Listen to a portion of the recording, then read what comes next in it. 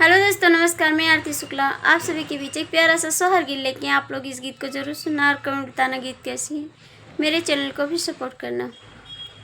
एक तो कंधैया बड़ा सुंदरी, दूसरे तिलक दी है, दूसरे तिलक दी है हो।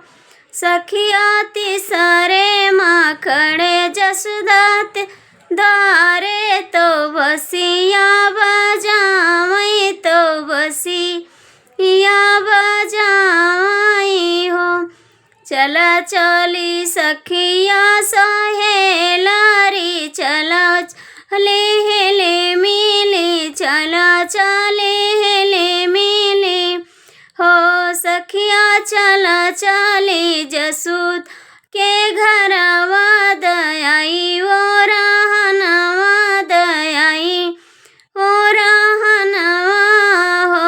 जसुदा बर जौनायपा ना कंधैया, सखिन बीचे खियालई, सखिन बीचे खियालई हो।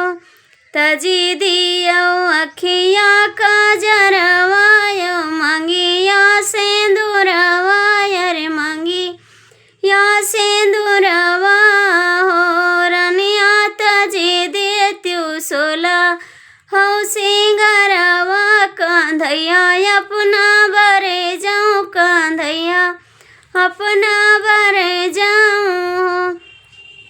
नहीं तेजबई अखिया का जरवा, ना मंगिया सिंदूरवा, ना मंगिया सिंदूरवा हो।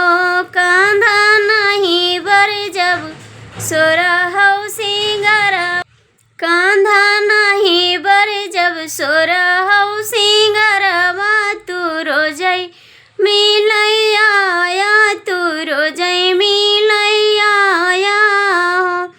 नहीं आया सांझा सकारे,